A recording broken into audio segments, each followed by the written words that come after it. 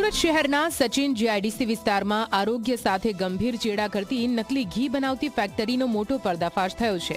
Factory પર દરોડો પાડી આશરે 2000 કિલોગ્રામથી વધુ શંકાસ્પદ ઘીનો જથ્થો જપ્ત કર્યો છે।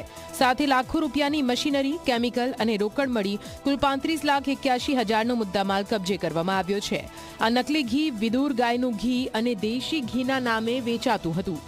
આરોપીઓ માત્ર 1 કિલો અસલી ઘીમાંથી 15 કિલો નકલી ઘી તૈયાર કરતા હતા। પામોલીન તેલ, વનસ્પતિ ઘી અને ખાસ કરીને કેમિકલ એસેન્સના મિશ્રણથી આ ઝેર તૈયાર કરવામાં આવતું હતું।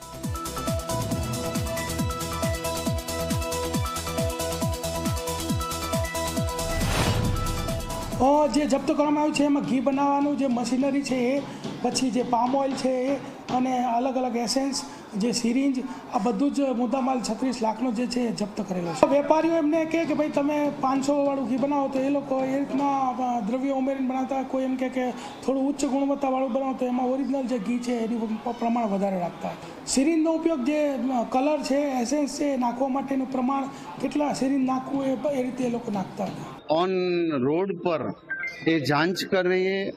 काफ़ी मीडिया का सहयोग हमें मिला है और जागरूकता भी ग्राहकों तक पहुंचाने का जो प्रयास मीडिया ने किया है, इसके वो सभी मीडिया और पुलिस जवानों को मैं हृदयपूर्वक से अभिनंदन करता हूं, वंदन करता हूं।